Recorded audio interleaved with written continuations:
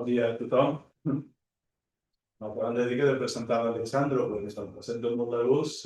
L'Alessandro és un amic d'aquí de molts anys, perquè va vindre a Barcelona des de l'any 2012 a l'any 2015, em sembla.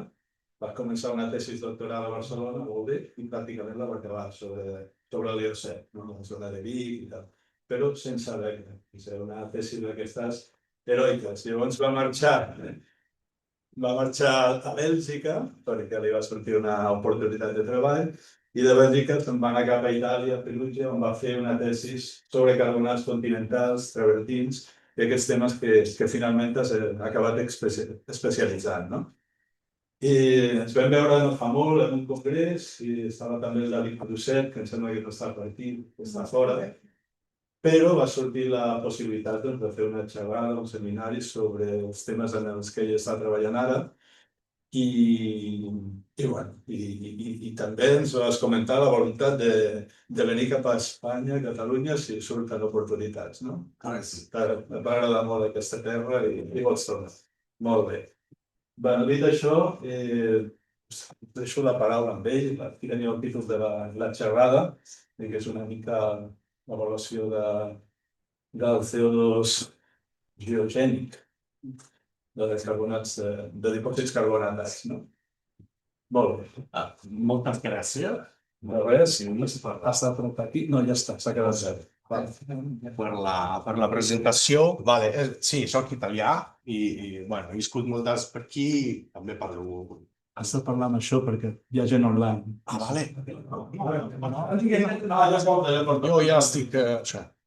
I clar, parlo el català, parlo el castellà, però avui la presentació la faré en anglès, més que res perquè només has de comptar, més pràctic i tot. Però després volem fer preguntes en català, en castellà, en anglès, el que estigui jo cantant. En aquesta presentació, we will see the role of carbon dioxide, geogenic carbon dioxide, associated to the precipitation of some carbonate deposits. Of course, we will see more in detail which is the role of local factors in a global perspective.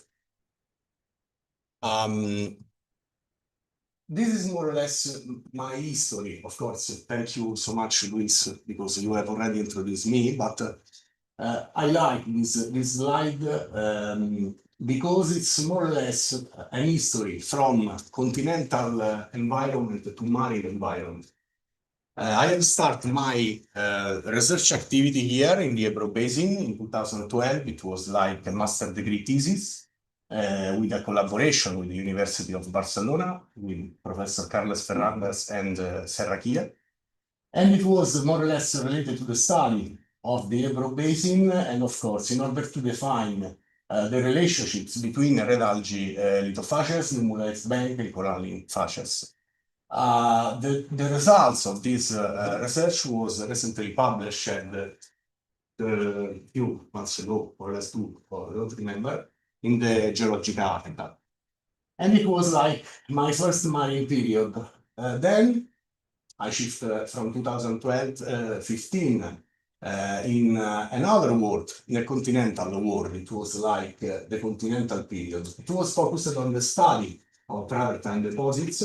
We will see some slides of travertine deposits because are, of course, part of my presentation, and we will see how these deposits are really related to the geogenic flux reconstruction for the Earth. Successively, again, from 2020, COVID, it was in Milan, a bit difficult, but I focused my attention in some succession developed at the Triassic-Jurassic boundary of the Northern Calcareous Alps, Austria.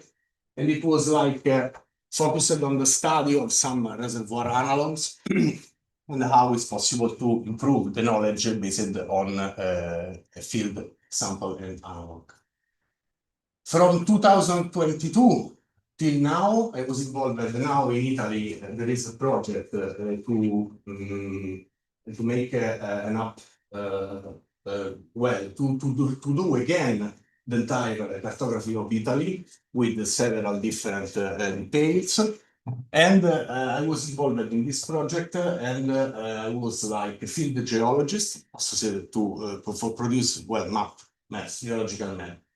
And I have focused my attention on Cretaceous carbonate succession and also some Cenozoic mixed with carbonate silicic succession of the Magella area. And this was quite important for me because provide the possibility to study some different deposits by different point of view and also to have our data set that for me are in fact in the field. My idea about the scientific research activity is based on the fact that the study of sedimentary succession allows to better understand the role of physical, chemical, and biological processes of the environment where they develop. And in order to reach our results, this is only my personal opinion, of course, we can discuss about it, it's always important to understand that this role of the global and local factor in order to better constrain the succession by different point of view. For this reason, a multidisciplinary approach is, for me, required in order to define all these different processes, as well as the collaboration with academic research group and industry permits, of course, also to reach better some of these aims. I was a field geologist. I have to say that all the time when I was also a student, it was like, okay, the data are in the field, and the data are in the field, and I still convinced that the field geology is something really important because provide to us the possibility to have our data set that then we can share with laboratories, with different scientists that is able to probably reach better some aims of our research and also some interest. And it's always in progress. Here I was in the Oris, and it's like a coralgal colony in growth position. But we enter a bit more inside the presentation, and I have put this slide, sorry. Because we know that the Intergovernmental Panel on climate change reveals every year the relevance of human impact on climate changes at global scale. As is possible to see in the figure here in the left, no, sorry. Here in the left, we have a relationship between cumulative carbon dioxide emissions since 1876 and the surface temperature changing from 1850 to 1900. We see that we have a huge increase of these values. Also, there are some projections from 2050 and 2060. So what we know more or less by a geological point of view that the increase of carbon dioxide in the atmosphere produce something that we know that is related to ice-house period and the greenhouse period. Probably we are geologists, so we know everybody what is this type of period, and that is represented by the presence of ice in the northern part of the globe and in the southern part of the globe. However, according to my idea, we have to consider also another thing, that our society is changed probably when agricultural processes start in our society. So we have to take in account the fact that the anthropogenic carbon dioxide was probably starting more or less 2,000 years ago. Why? Because we changed completely our society. And this is why we will see better which is the role of this type of processes. Of course, the amount of geogenic carbon dioxide released in the atmosphere from active volcanoes is a well-known and partially quantified features. For example, if I go back to the Triassic-Jurassic succession study in Milan, we perfectly know that at this boundary, a huge amount of carbon dioxide was released in the atmosphere, and we are in one of the most important extinction periods. So carbon dioxide, by a geogenic point of view, it's really important because it can change the history of life in the air. But if we see the NOAA government website, we see that the fossil fuels, of course, it's increased from this data, and it's still increasing, and the contribution of carbon dioxide emission is really important. But the volcanoes carbon dioxide contribution is considered more or less constant during the time. This was something that started to interest me. It was like, okay, but it's really only this type of activity recorded by our dataset, or there is something more? What we will see, of course, as my research activity experience was from marine environment to continental environment, we will see in particular deposits from continental to marine environment, of course, but we take in account also the fact that we are in the Apennines, central Italy, in two different geological settings. We will see, for example, travertine deposits of central Italy that for it's really only a building stone. We will see why. This is the definition, and why is the history of a forgot carbonate. And these deposits developed just in the western side of the Apennines that we have now the opening of the Tyrrhenian Ocean Sea. So we have more or less fault activity that is associated to normal processes. Then we move to here, we are just in the Apennine chain, in the frontal part, in the eastern sector, in the Maiella area, where we will see some deposits associated to methane derivate carbonate succession, and why these deposits could be also important for some reconstruction of climate changes occurred in the post-Messinian salinity crisis.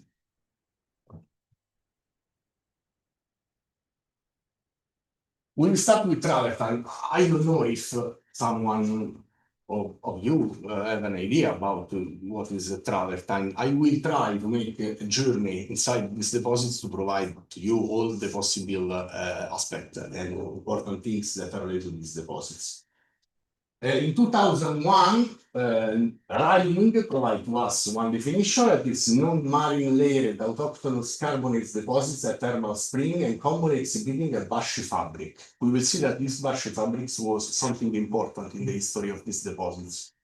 Then, successively, in 2009, Pedley, of course, the English school was quite important in the literature because provide to us a lot of different studies that, of course, will be done, are done especially in the central Italy. And are deposits produced from hydrothermal waters which were too hot for the growth of plants and trees, macrophytes, although bacteria and cyanobacterial colonization is widespread. Commonly, these deposits are constructed of well-cemented laminares. Here I have put just some example of how travertines are incredible and huge. But in order to simplify our definition, I use this type of definition that travertine are continental calcium carbonate deposits caused by the circulation of non-marine hydrothermal fluids. Of course, in this table there is also some important characteristics of our deposit, but we will see in detail more in some slide that I have here in the presentation. Thanks into the word as ornamental stone, of course. When I was a student, it was like only travertine deposits, ornamental stone, and that's it. I mean, this is the Colosseum, I think that everybody knows about it. And it was very important, for example, for the Roman architect, the discovery of travertine deposits because provide the possibility to build some different edifices and so on, aqueducts, for example. And why? Because this type of stone has some characteristic that is not so affected by erosional process as, for example, volcanic deposits. So it's why we still have the possibility to observe Colosseum in Rome and other type of deposits. Sapienza University, of course, is where I worked till 3 days ago. It was basically full of travertine deposits. This is the day when I discussed my, I did my defense of the master thesis, and all these deposits are, of course, composed by travertines. Very, very different type of fascias. But in 2014, something changes. It was like incredible. When I was a student, for example, my professor, it was travertine deposits. Okay, hydrothermal fluvial, that's it. No definitions, no consideration of which is effectively the role of some physical, chemical, and biological processes and how this could be recorded in the succession. In 2014, everything changed. Why? Because it was discovered an important reservoir in Brazil and then in Angola, the Presult. And this type of reservoir shows similarities regarding some lithophages with travertine deposits. As I said before, Basci fabrics, this is exactly the Basci fabrics, are deposits related to microbial activity, and it's really similar with, for example, travertine.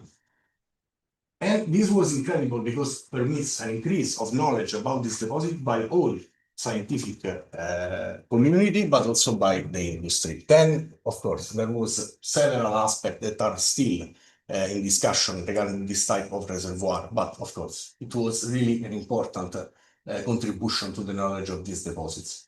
Moreover, someone started also regarding the exploration on Mars to the fact that some of these deposits could be probably also representative of some environment, extreme environment that was also in Mars. How it works? Well, travertine deposits need, of course, carbonate succession. Not always. For example, in Iceland, we have deposition of travertine deposits that are related to the alteration of some lavas flow deposits from plagioclase mineral. But in general, in central Italy, we have water, aquifer, faults, and volcanic activity or high temperature geothermal fluids that, with this interaction, we have fluids that rise along this type of discontinuity and faults and produce our deposits that are, of course, the travertine that we will see more in detail.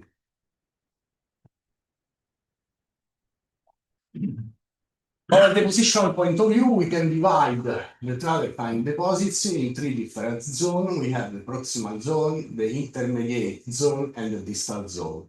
Of course, in this different depositional zone, we have some shapes that are important, they are peculiar of this type of depositional zone. And we will see, for example, more in detail now, why are completely different. Here, for example, we have in the proximal zone, we have the conduit that are the roots of the thermal system. It's exactly where the fluids rise up along this fracture and this continuity and produce this type of deposits that are called banded travertine. The dimension could be variable from few centimeters to really, this is in Turkey and it's a mountain, it's more or less 400 meters of deposits. So it's incredible and it's related to the disponibility, to the water that we have stored in the aquifer and also which is the difference between carbon dioxide inside the fluids and what's happened when it was, when reached the equilibrium again from the atmosphere. In the proximal zone, of course, we have the spring. So it's where the water comes out and we have different type of geometry. For example, point lake, single spring, that could be very big. This is in Italy, central Italy, Ascoli, or little cones. And or elongated, of course, it's like a structure that follow exactly the fault, the tip of the fault, or could be also associated with fracture. And could be very, very big, as here in Turkey. Are controlled by tectonic activity, as we can see here, in the work of Burwitz and Carlson. And we can see that the interaction of different type of faults with associated different type of movement can create different type of springs that are in these cases. Of course, it's a simplification, but it's very good because it works also in the field. Dimension, of course, still 2 kilometers in length and up to 400 meters wide with height up to 25 meters. The intermediate zone is instead the area where the thermal water flows downward. We have the most important spectacular depositional geometry is the slope. Here we are in Pamukkale, Turkey. We are more or less a 50-meter succession. And this is strictly influenced by the morphology of the area where this type of deposits develop. Then we have, of course, also channel, self-lit channels here that are related to the configuration of fluids that are flowing toward the low gradient morphology with variable dimension. And sometimes we have also these pools that are, of course, important also for several aspects related to spa and thermal water and so on. So we can put the feet here inside. The distal zone is instead far, we are very far from the stream, is the transition between hot water and cold water. And this is characteristics for the fact that we have life. We start to have plants. A lot of plants, gastropod, sometimes are also important site for archaeological stuff associated to research that we want to perform about it. And sometimes also, of course, we have plants. This is the most important thing. Bushes sometimes that are developed just close to the area where the temperature of the water starts to be low. Lithophages, here we have again the first one that are the shrub. So the most important investigated lithophages regarding the pre-salt of Brazil and Angola, and are composed by clotted pellureal micrized dendrites boundstone developed in pools, ponds, or shallow lakes. The energy is very low and developed and are influenced and are, of course, biological influence, so mediated by microbial activity. As also the laminated deposits that are instead laminated migrated boundstone, mudstone, and packstone that develop in pools, shallow lakes, ponds, slope, with the energy that are medium, low, and high, depends by the scale of observation, and are also in this case biological influence. The crystalline crust instead are crystalline found in dendritic gemstone and crustons associated to slope rings. More or less, it's possible to observe this type of phages always in the slope setting, so in the intermediate depositional zone. The energy is high, and of course, it's completely abiotic.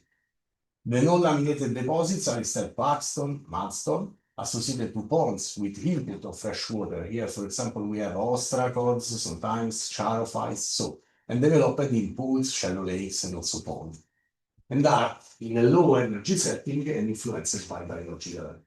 The intracrust deposits are instead closestone to packstone and ralstone, developed probably in pools. It's still debated this type of lithophages because, according to several researchers, this type of deposits develop associated to transient seismic waves that cross the travertine succession, producing the cracking of the different deposits already lithified. The coated reed and phytoclasts are instead hydrothermal boundstone, phytoclastic packstone, and developing in the distal part of ponds affected by input of fresh water, as for example also pool or shallow lake. The energy is very low and the process are associated to biological influence. The reworked deposits are instead packstone to ralstone, associated with the travertine channels, so high energy setting with selective transport. Okay, we go to our field laboratory.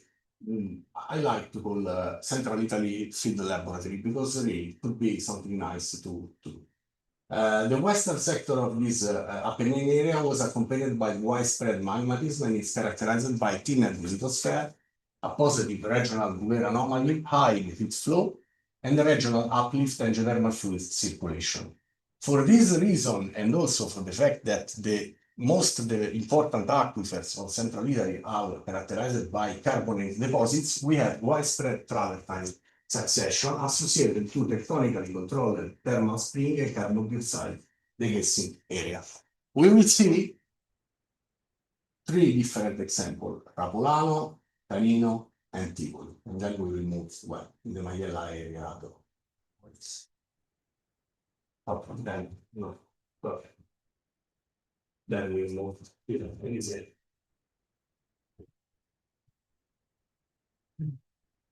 Rapolano, we are in the eastern side of the Siena and Botany Basin. It's a 90-kilometer long northwest south structural depression developing during the Neogene, and it's filled by early middle Pliocene marine and quaternary deposits, and the travertine deposits cover an area of more or less 14 kilometers square with a thickness of 50 meters. The travertines and the active thermal springs are aligned along the Rapolano fault, as is possible to see here in the geological map, and the most important depositional element of the area is represented by the fissile ridge. It's one of the most studied in the world because it's possible to reach very easily the outcrops, also for the study regarding Mars and so on. Thermal spring, we have temperature of 38 degrees with high salinity of the fluids, with a total discharge rate of about 40 liters per second, and the recharge area is represented by mesenteric carbonate that are exactly dropping out here in the cell area. Canino, we are moving to the south, is instead characterized by a broad plain of about more or less 80 kilometers square that is mostly covered by travertine, about more or less 70 kilometers, with a thickness ranging from few meters to more than 100 meters. Developed on top of Miocene, Pleistocene sediments and quaternary pyroclastics and lava flow, and the deposition of travertine started in the middle Pleistocene and is still active in some areas. The temperature of the water is more or less 50 degrees, and the shallow aquifer is almost completely hosted inside travertine deposits, and the recharge area also in this case is represented by the Mesozoic of the Canino Mountains that are just north in the western eastern part of this geological map. The Aqueduct Basin is probably, well, the most famous. The definition travertines comes from this area. Because in the Aqueduct Basin we have the lapis tiburtinus, that means pietra di Tivoli, so stone of Tivoli. And the terms tiburtinus then became travertinus, so for this reason we call this deposit travertine. And the Aqueduct Basin is confined by the Neogene Apennine fold and thrust bed to the north and to the east. And we have to the south the Colli Albani volcanic complex, and to the west the Tiber River Valley, formed during the Pliocene Quaternary period and related to the Tyrrhenian extensional domain. These deposits overlies Pleistocene marine and continental deposits, and also Mesocenozoic marine carbonates with a thickness of more or less 90 meters. The temperature of the water is more or less 23-24 degrees, and it's reached also by large quantity of carbon dioxide derived mainly by the decarbonation of Mesocenozoic limestone and mantle degassing. The recharge area for the aquifer is more or less 220 kilometers square, or more or less 4,000 liters per second. We jump into the sea. We are in the Majella mountain. These are preliminary results of my research activity. So are unpublished data. Here we can see, I have put this, it was just, but I like to share my results with other research. The Majella mountain, we are in Abruzzo, central Italy, is Apulia microplate, so it's a different plate. And is a thrust-related anticline oriented north-south, northwest-southeast, with a plunge both north and south, and represents this area here, and represent the outermost and younger portion of the outcropping central Apennine chain, affected by orogenesis from the middle Pliocene. In the Majella area, we have a carbonate marine succession top-south with an age from late Jurassic to Miocene. And the mixed carbonate-classic succession of this area developed during the Tortonian Messinian are composed by carbonates deposits frequently associated to microbial activity, which record the progressively establishment of critical conditions for marine ecosystem in the Mediterranean basin during the Messinian salinification. At the Messinian-Zanclean boundary, the foreland succession of the external Abruzzo area record the following event related to the establishment of condition of the seaway connection between the Atlantic and the Mediterranean basin, mainly characterized by the position of clays characterized by the presence of aligning obstacles that are known as Pungeria. One of the most important thing is that the Majella area is one of the huge federal system of Central Italy studied in the entire world from different oil companies. We are in the northern part of the Majella anticline. During the field mapping, it was like a check in order to see if the geological map available are effectively well done or not. It was just a check. We see these strange deposits. We are in the Colle del Letuccio carbonates deposits that develop on top of the Gessoso Solifera formation and below the Congeria mounds. are characterized by breccia deposits, microbial boundstone. Here we have the breccia deposits. We have some microbial boundstone. We have also oidal greenstone and floodstone paxton with lithoclast. Of course, the outcrops are mainly composed by this type of limestone with a lot of fractures. Sometimes the aspect is not very nice in order to make some consideration just in the field. But I want to say here, probably it's not very good quality, I don't know.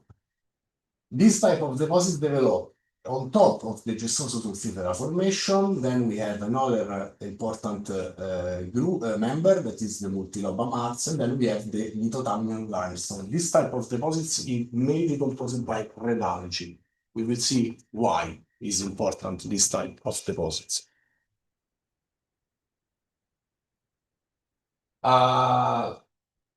Okay, it was like everybody told me this is our gestoso sulfifera formation, gypsum deposit. But there was something strange, a lot of different type of geometries of the strata and bedding that it was like, I don't know what is this.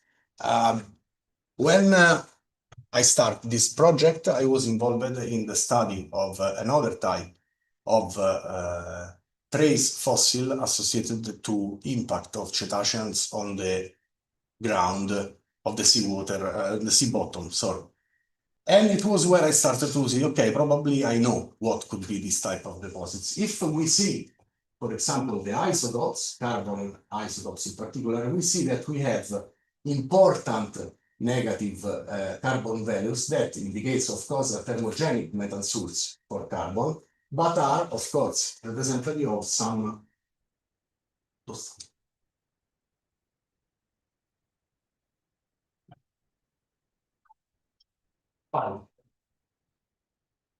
So this spike means that we have inaction of methane that produce the fracturation of the entire deposits. Then we have the restoration of normal conditions, and then again we have several different episodes of this type of the of phenomena. But what is really important are the lithoclasts that are mainly composed by red algae, as you can see here. These lithoclasts of the other succession are ripped during the upward fluid migration, are not resedimented deposits, are something ripped in the conduit. So again, I was lucky because there was also a biomarker of the Tortonian, so it was dated. So in this view, facies analysis and geochemical data obtained suggest a formation mechanism similar to a pockmark depositional environment. We will see what is a pockmark. Indicating that hydrocarbon fluid migration in the Majella petroleum system took place between more or less 5.56 to 5.33 million of years in not more than 2030 years.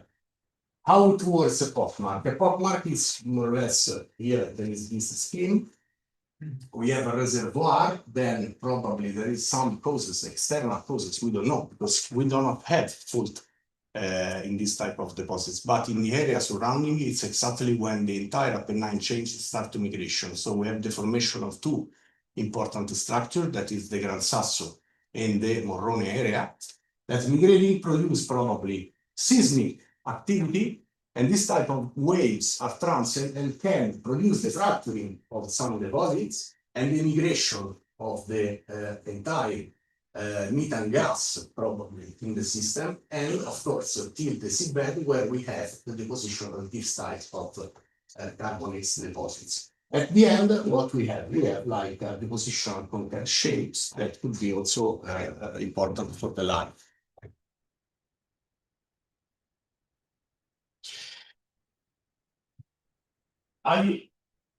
This is just to give you an idea about how it was for me this type of journey inside the geogenic carbon dioxide associated to deposition of carbonate deposits. It was from this simply stoichiometry reaction. If we have 1 mole of calcium carbonate deposit precipitated, we have 1 mole of carbon dioxide emitted in the atmosphere or in the seabed. We have here some example. We have, for example, coal associated to the position of travertine deposits. And then we have also these images. That is a blowout at the Haltenbakken of Wind Norway. It's something that happened when something goes wrong in the exploration of some hole, and we have the emission of important methane in the atmosphere. And this is very dangerous also for example, ship and navy, because we have difference of density. So we have like the sink of the entire ship inside this type of deposits. And this is a photo of the seabed. We are in the Barents Sea, and all these little points are spot marks. So it's really full of this type of depositional element.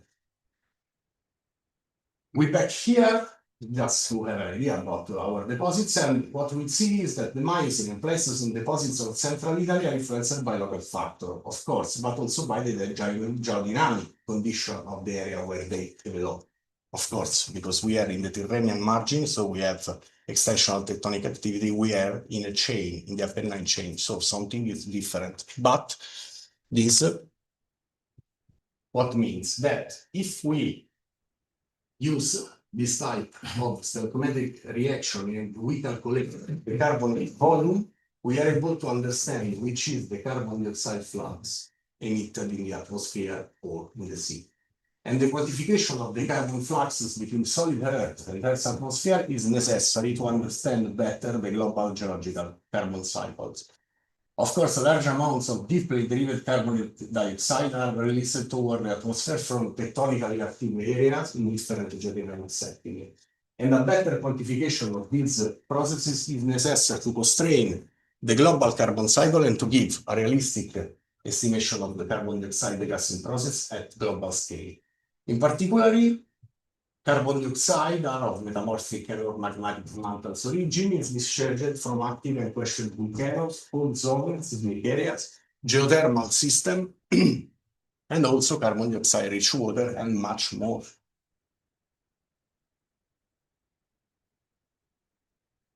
Here, there is more or less in this slide, we take the three different travertine examples. We have Ravolano, we have Canino, the Aqua Arbolate Basin, and what we did, we calculate the volume of these deposits, and the carbon dioxide discharge rate estimated through the volume of travertine deposits range from 1.1 till 26.49 gigatons of carbon dioxide emitted by deposition of this type of deposits. Of course, the resulting fluxes reconstructed is that is the specific carbon dioxide discharge per unit area are instead rather uniform, because in the previous slide it was only related to the area. Okay, here are related to unit, and so we have that this type of deposition and emission of carbon dioxide is quite uniform, are exactly only aligned in this line. You see Ravolano, Canino, and Pino. The deduced carbon dioxide fluxes associated to travertine deposition fall in the range of the present day deep carbon dioxide fluxes of Western Central Italy, and are lower, but of the same order of magnitude of the current carbon dioxide flux of medium high enthalpy geothermal system associated to the springs discharging the surface carbon dioxide rich water. Groundwater circulated to carbon and aquifers, where their also carbon dioxide content is increased due to the dissolution of carbonate rocks. But pay attention, the estimated carbon dioxide flux values are a minimum estimation of the deep carbon dioxide degassing process. Why? Because we are in a continental setting, so we have erosion. So probably we have lost some part of these deposits. But this slide is possible to see how these examples are comparative with, for example, some Vesuvio. Here we have the Colli Albani. So it's really a huge amount of carbon dioxide degassed by this type of system.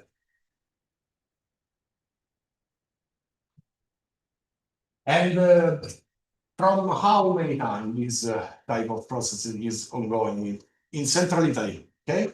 Here we have all the uranium-thorium age definition, 14 carbon age deduced from different types of travertine deposits of central Italy. And what we can see is that more or less these processes start at least from 3,050 years ago, and it's still ongoing.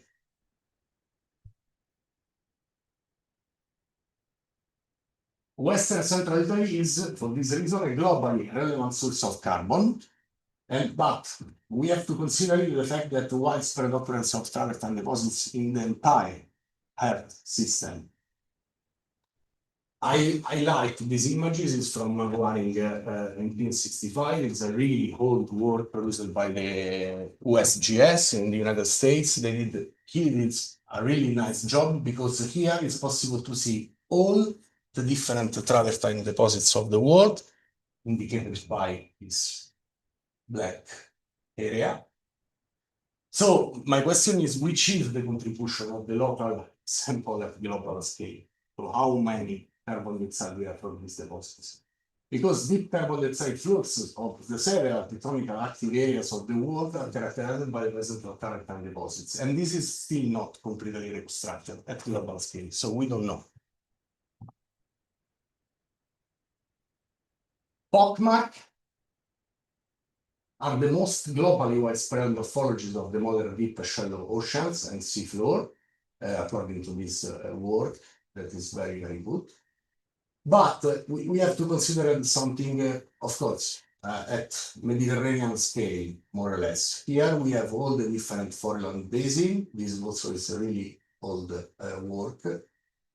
But it's nice to see that the migration of the Apennine chain and the production of foreland basin starting from Oligocene to Upper Miocene, Pleistocene. We have all these foreland basin that are all characterized by metallurgical carbonate deposits. So we have that probably from Oligocene to Pleistocene, we have emission of carbon dioxide associated to the deposition of methane-derived carbonate deposits. And it's quite nice, the fact that at the boundary between Miocene and Pleistocene, we have conditions that reveals humid condition, precipitation.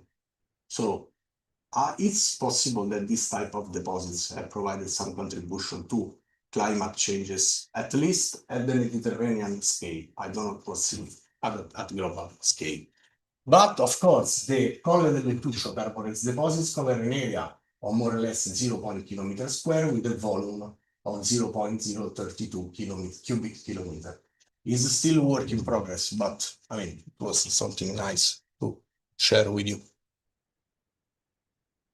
The sedimentary carbonate succession, so both in continental and marine setting, are able to record global and local events. Developed in different depositional environments, carbonate deposits are influenced by chemical, biological processes, and physical processes, of course, and are in general used as a proxy, especially for climate and environmental changes. However, carbon dioxide flux related to carbonate precipitation in different types of systems is potentially of the same order of magnitude of the active volcanoes. However, its significance on a global scale is still not well understood.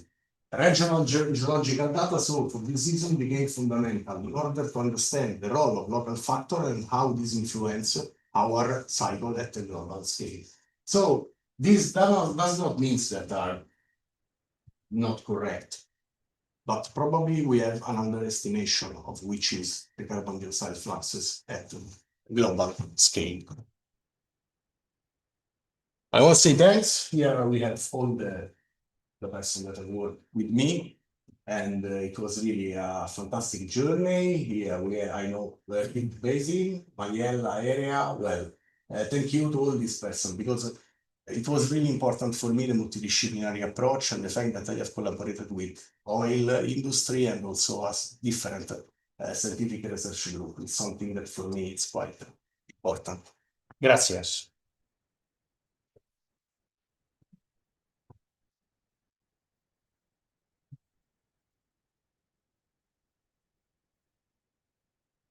Thanks. Thank you very much. Temps per preguntes?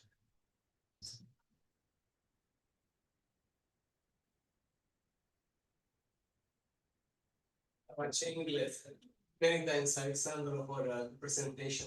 I was very curious about the pop maps that you show in the Magella, because if you remember me, it was already many years ago that you for sure know the work of Annalisa Iadanza that already found the cold seep in the Messina, no? So there is an association, like the same system that you find before the cold seep that developed then in the Messina. Is there a relation? Have you talked about the relation with the Messina cold seep? Yes, and it was really a nice job also with Cosentino. Yeah. It was nice. But unfortunately, they do not found the lidoclast.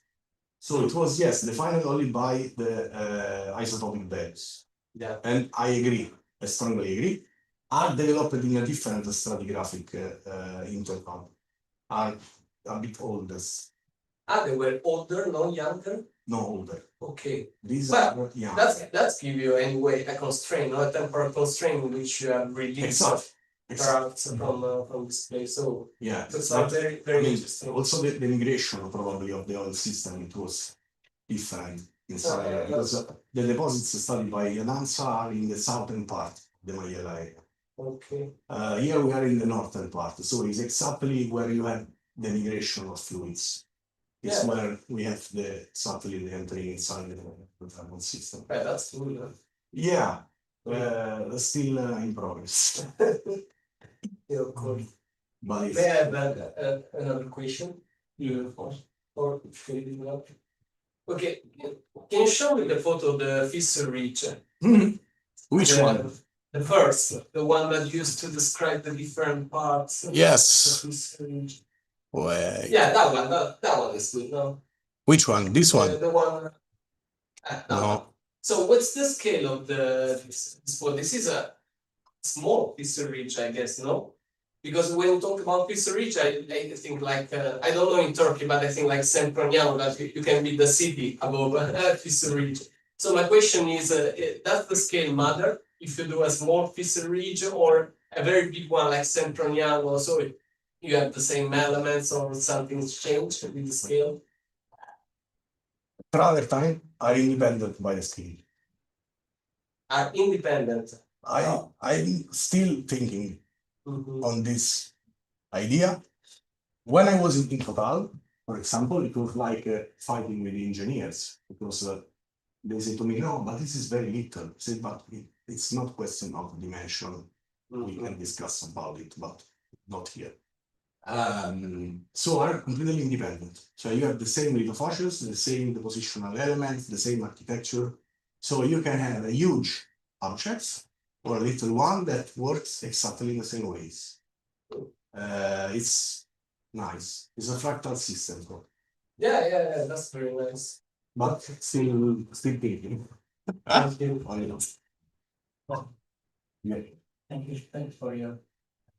Thanks for your talk. In the same way that you've proposed that the presentation of travertine can or does increase CO2 in the atmosphere. Does the increase on CO2 in the atmosphere exert some sort of control on the precipitation rates, on the whatever during the formation of the travertines? And can we expect that, for instance, picking this up completely, then because now we have more CO2 in the atmosphere that will somehow change the way travertines are? The problem is it's represented by the fact that we have dissolved carbon inside the fluxes. And the question is represented by the fact that if this carbon dioxide is dissolved inside the fluids, when rise up, if we have this equilibrium, so the atmosphere, we have precipitation of carbon.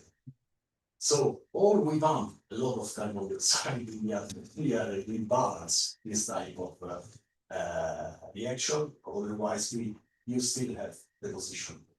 Sure, but we are pumping a little bit. That's my question. Yes. So what can happen or what is happening the precipitation rate? How is it? How is it? Precipitation rate theoretically can be lowest, but depends by the system. For example, when you make a hole for the geothermal exploration, you have to consider a lot of important aspects associated to the thermodynamic system.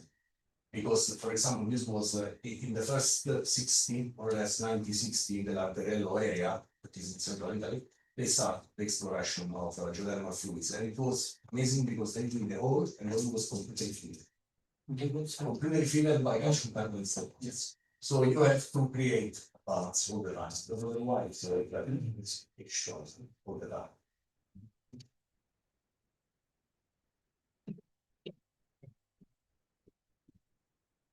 Thank you. I have one question that's more photographical, because we are working with some carbonates that are from the same period that the last one from the Miocene times, and they're quite similar in some cases. And my question is that if you can show the photo with the red algae cut by a fracture.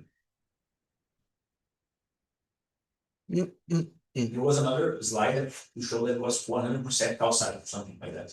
There was a letter. So these veins, these plastic faces, they are cut by these vertical fractures and they're filled by calcite, no dolomite. I have seen some dissection with Alizari and it was calcite. There was some similar to, for example, saddle dolomite, and it was this is dolomite, calcite.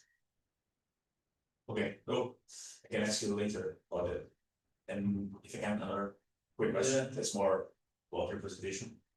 And if you think that, if understood right, the contribution of CO2 from this methane-genic emissions during this period, if in your opinion, just if it could affect the calibration that we have for this period, for example, regarding the influence of orbital control on climate, and this would be an independent variable. This Exactly. You think Exactly. I think so. Something very interesting to this. Yes, I think that of course. In this moment, I don't know which is the contribution of these deposits to the carbon dioxide flux to the atmosphere. I don't know, but it was just something to discuss about it. Because if we are able to calculate the volume of the deposits that we know, because probably there are several places that we don't know that we have methanogen carbonates, for some stratigraphic interval, probably this could be also useful to better define some climatic oscillations, at least at the Mediterranean scale. I'm not talking about other places, but it was something that still in progress. Hi, thank you for the presentation. Very quick question regarding the isotope. This is for the marine one, right? So do you have data about the isotope signature of the carbonates in the hydrothermal system? And because you have the water at different temperatures, and if you have the isotope, if you have any trend on that? Yes. Sorry, I don't put images in the presentation. That's my mistake. We reconstructed in the Tivoli area with a core of more or less 70 meters, the entire record of the marine isotopic stage 5 with isotopic data. And there is a trend associated to the climatic fluctuation of that period, and we are able to exactly define which are the role of climatic changes, probably also associated with some phases in particular. What was strange, it was that some spike, it's not possible to explain. It was like, okay, but why we have this type of spike?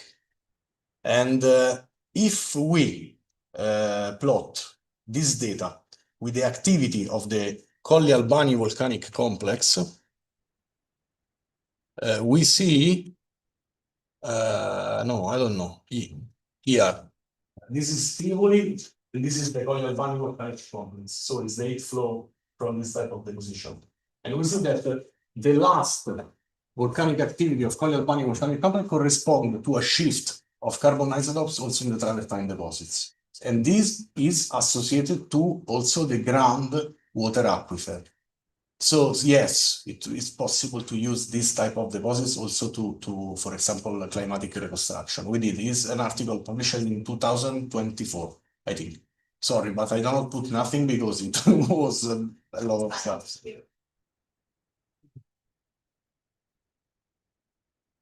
One question? Okay, it's the last one. Thanks for the talk, Alessandro. You show images from the Messinian. You have been working in the Messinian in a time period between 5.6 to 5.3, and you found this kind of carbonates. I was with Francesco de la Pierre and Marcello Natalizio in the Piedmont Basin, and they showed me carbonates in the pre-evaporitic succession, which not necessarily the same, but are related to emissions of CO2, methane, etc. And also we have similar things in the pre-evaporitic deposits in Lorca Basin associated to gas hydrates, according to German leadership.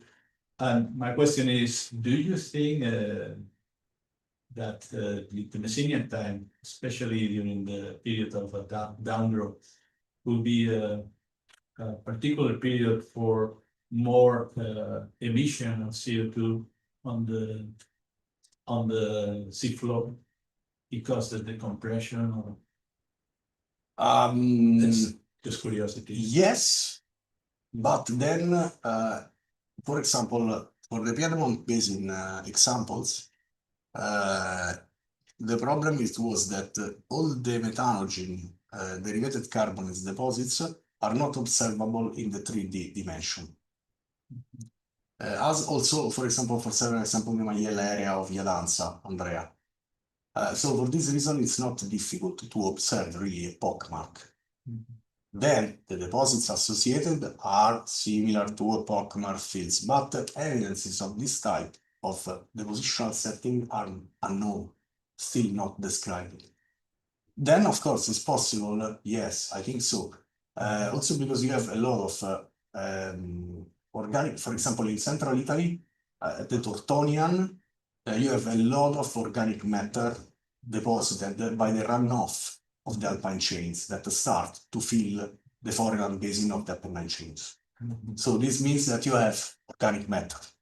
So this could be not only associated to migration of hydrocarbon system. In the Magliel area, yes, probably is exactly the correct way.